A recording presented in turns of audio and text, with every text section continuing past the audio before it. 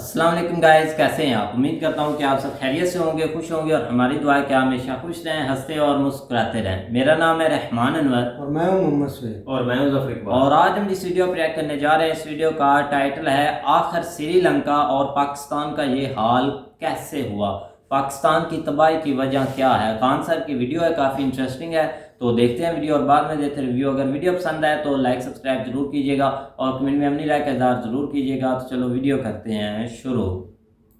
कौन कहेगा संसद हम रख ले तो मैरिज हॉल खुल तो में भाड़ा पे चलतो चलो तनी हाथ पर सीधा करते हो, बड़ी चल लो गाड़ी ले आओ, खाना लाओ।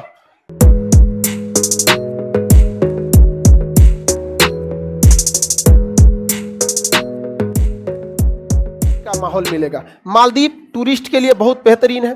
श्रीलंका देखिए रहे हैं, चौपट हो ही गया श्रीलंका। भारत को तो खैर इस पूरे सार्क में सबसे डोमिनेट कौन करता है? भारत।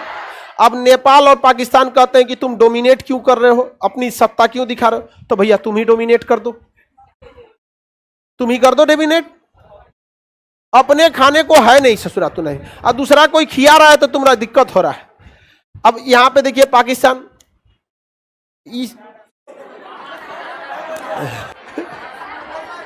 हमको ये समझ में नहीं आता है कि हम ही से टूट के इतना ये गिर कैसे गया। पाकिस्तान को आप जो देख रहे हैं ना, इसकी सबसे बड़ी गलती हुई थी 1947 में जब ये आजाद हुआ, तो इसे तुरंत सरकार बनते तुरंत संविधान बनाना चाहिए। इसे संविधान बनते बनते 10 साल लग गया, 1957 आ गया। कोई देश भी जस्ट आजाद हुआ हो, अब बिना संविधान के 10 साल जी जाएगा, क्या हाल होगा सोच सकते हैं। इसकी बुनियाद में ही खराबी होगी। जैसे संविधान अभी बन ही रहा था, आप खुद सोचिए हमारे संविधान को आप 1 साल के लिए हटाइए, देखिए नेतवा कैसे रद्द कर देगा सब। आरबीआई अपने नाम लिखवा लेगा सब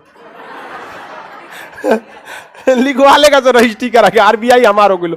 कोनो कहेगा उठेगा एसबीआई हमके दे दो, कोई पीएनबी हमरा दे दो रे। यहाँ पे कुल नेतवा दौड़ जाएगा, सब जितना मशरूम है सब दौड़ जाएगा सब। कोनो कहेगा संसद हम रख ले तो मैरिज हॉल खुल तो में भाड़ा पे चलतो, समझ में गया। राष्ट्रपति भवन कब्जा लेगा। सोचिए 1 साल आप अभी हम लोग इतने सभ्य हो चुके हैं, आजादी का 75 साल हो चुका है, इतने सभ्य हो चुके हैं, हम लोग 5G के जमाने में आ गए। 1 साल के लिए संविधान हटाइए ना, रद्द करके रख दिया सभी मशरूम सबको, तो देखिएगा रद्द कर देगा। सोचिए जब ना 5G था, ना मोबाइल था, ना उतना लोग सभ्य था 1947 में, और उस समय वह देश बिना संविधान के कितने दिन चला था? 10 साल। सारा रद्द कर दिया। वहां 2 लोगों ने पूरी तरह से कब्जा कर लिया, एक सेना ने, दूसरा धार्मिक ने। दो धार्मिक लोगों ने, धार्मिक लोग जब ज्यादा आएंगे ना, तो ज्यादा यही आपको चौपट कर देगा।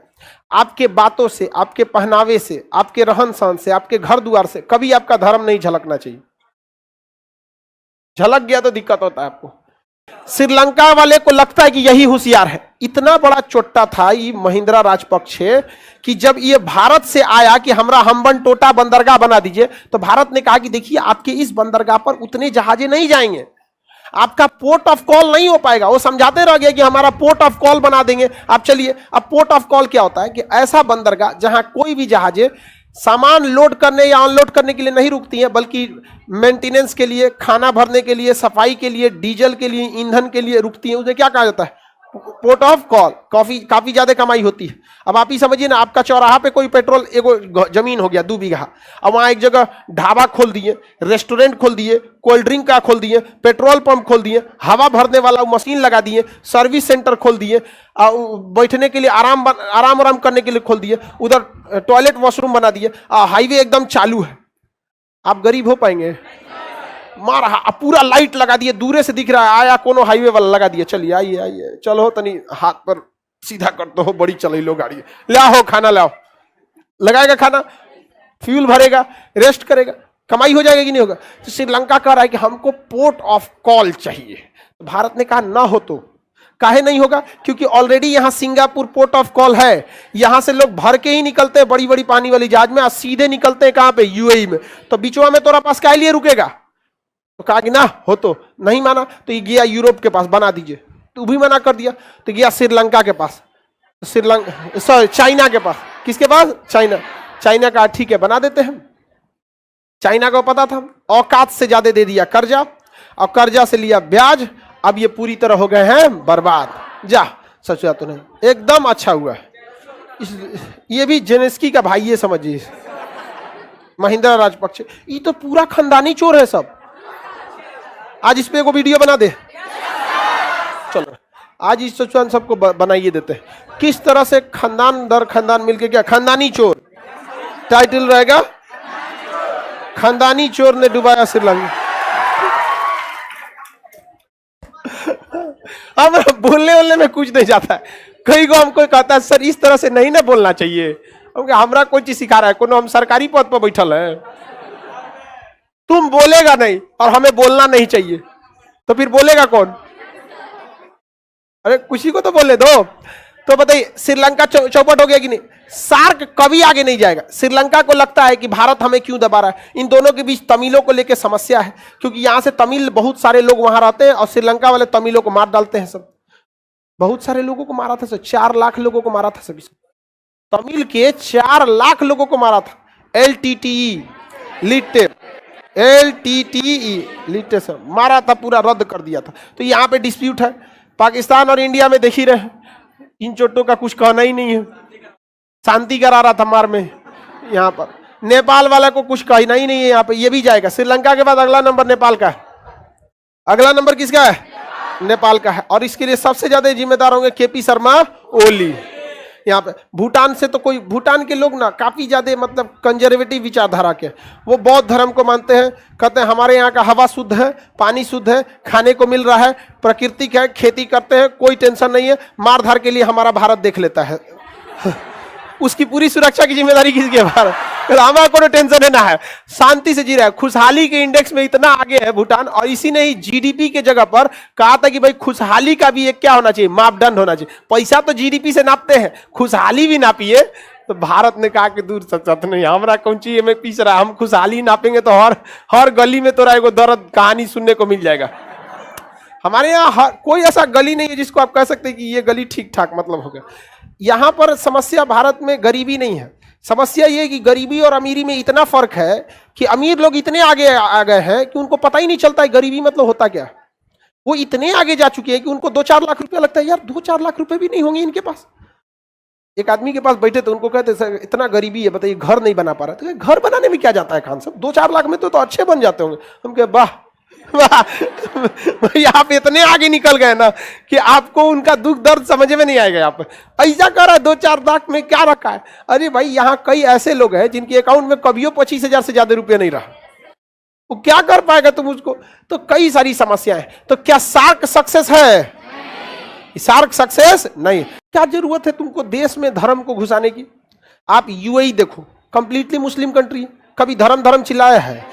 कितना आगे, बहुत आगे। सऊदी अरब को देखो, कभी चिल्लाया है? नहीं। वहां जाके पाकिस्तान चिल्लाइबो करता है तो धोप देता है, तू हुआ लाहौर में बैठ के चिल्लाइयो, वैसे शांति से बैठिए, आप आया है आप शांति से, तुम चंदा मांग के जो चलिए भाग, भगा देता है सऊदी अरब। कहता है यार आप तो इज्जतें नहीं देते हमको। क्या इज्जत करने के भाई, देखो धर्म अपने जगह पे है, नीतियां अपने जगह पे है, सबको अलग रहना चाहिए। तो जैसा कि आप वीडियो देख रहे थे तो खान सर की वीडियो भी काफ़ी अच्छी थी, और हमेशा की तरह एक तो उनके समझाने का तरीका और स्टूडेंट को बिल्कुल भाई थोड़ा सा एंटरटेन, थोड़ी सी इंफॉर्मेशन, ये चीज़ें साथ साथ चलती हैं बिल्कुल भाई, तभी थोड़ा सा स्टूडेंट थोड़ा सा ना खुलकर इस चीज़ को भाई समझता है कि उनके साथ फ्रैक होते हैं, उनके साथ अच्छे से भाई मजाक के साथ हंसी खेली। और उसके साथ वैसे भी खान सर बहुत अच्छे टीचर हैं भाई इंडिया के, जो कि गरीबों का मसीहा बनते हैं और उनको सहारा देते हैं बिल्कुल हमेशा की तरह। और ऐसे बहुत कम लोग पाए जाते हैं दुनिया में, और ऐसे लोग तब भी होते हैं जो भाई इन हालात को देखा होता है, जिनने देखा होता है कि हम इस हालात से कैसे गुजरे हैं, क्या हुआ क्या नहीं। इसी वजह से वही लोग हमेशा ऐसे लोगों की भाई मदद करते हैं, ठीक है ना। वैसे ही अब खान सर है वो हमेशा ये बोलते हैं कि कोई भी इंडिया में ऐसा स्टूडेंट नहीं होगा कि जिसके पास पैसे ना और वो पढ़े ना, ठीक है ना, उसको मैं बढ़ाऊंगा, वो मेरे पास आए। वो इसीलिए ना इनकी जो भाई एक जगह पर वो क्लासेस जहाँ पर ये करते हैं वो बहुत बड़ा बना हुआ है, इतनी बड़ी बड़ी भाई क्लासेस होती है, वहाँ पर लोग स्टूडेंट बैठे हुए हैं, कुछ बेंच पर है, कुछ अगर ज़्यादा हो जाए तो भाई बेंच के आगे भी आकर बैठ जाते हैं नीचे भाई, क्योंकि बस पढ़ाई भाई सब कुछ है। और इस चीज़ की भाई इंडिया कदर करता है, और जो कदर करता है वही तरक्की करता है, ठीक है भाई। तो इसीलिए खान सर ने एक अच्छा एक्सप्लेन किया। और बाकी इंडिया सॉरी बोल रहा हूँ, पाकिस्तान और क्या उसको बोलते हैं, श्रीलंका का हालात श्रीलंका वाले सामने हालात ही है भाई। पहले तो बहुत ख़राब थे, लेकिन अब अभी तक वो काफ़ी उन्होंने अपने आप को कर लिया है, सरवाइव बिल्कुल भाई कर लिया, हम भी कर रहे हैं। हम नहीं कर रहे, क्योंकि आप देखा जाए तो श्रीलंका वालों के साथ IMF ने भी तावन कर लिया है, वो भी उनको कुछ लोन देंगे, इससे मुल्क कुछ हद तक बच भी जाएगा और कुछ हालात भी ठीक हो जाएंगे। फिर आगे देखते हैं कि क्योंकि काफ़ी एयरपोर्ट हैं वो भी UNA ने अपने कंट्रोल में कर लिए हैं, तो वो भी उनको कुछ लोन शोन देंगे और उनकी कुछ हेल्प कर लेंगे। लेकिन रही बात है पाकिस्तान की, तो पाकिस्तान के हालात अभी तक उधर श्रीलंका वाले नहीं हुए, लेकिन जहाँ पर इन फैक्ट दिख रहे हैं ना, जो बातें दिख रहे हैं, यहाँ तक कि हमारे प्राइम मिनिस्टर ने भी बोल दिया कि मुल्क का दिवालिया हो रहा है, क्योंकि उसको कुछ चीज़ नज़र आई है ना, या उसको चीज़ कुछ नज़र आगे से दिख रही है, तो वो ये बातें कर रहा है, क्योंकि हालात इनसे कंट्रोल नहीं हो रहा है, महंगाई दिन से दिन बढ़ रही है और कुछ कंट्रोल नहीं, इनके हाथ से सब कुछ गुजर रहा है, और ये हाथ पर हाथ रख कर बैठे हुए हैं और बोलते हैं इधर की कुछ बुराई कर दी, उधर की कुछ बुराई कर दी। अगर ये बुराइयों छोड़कर इधर मुल्क की तरफ तवज्जो दें, शायद मुल्क कुछ ठीक हो जाए, कुछ हालात बेहतर हो जाए, क्योंकि डॉलर ऊपर से ऊपर जा रहा है, पेट्रोल पहले ही बहुत महंगा हुआ है, अब इन्होंने और 30 रुपये बढ़ाना है, तो अवाम तो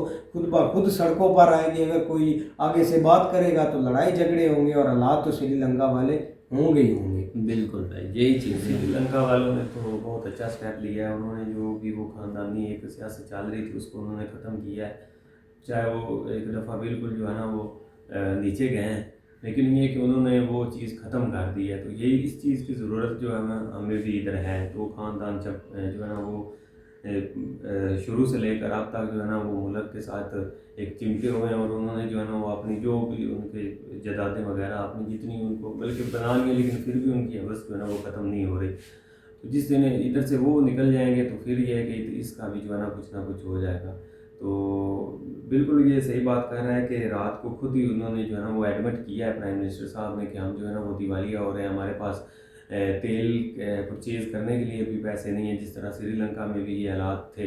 तो उन्होंने जस्ट जो है ना वो सिर्फ गवर्नमेंट जो एम्बुलेंसेज है ना उनको जो है ना वो पेट्रोल लास्ट पे दिया था, बाकी जो है ना उन्होंने सारी सप्लाई बंद कर दी थी।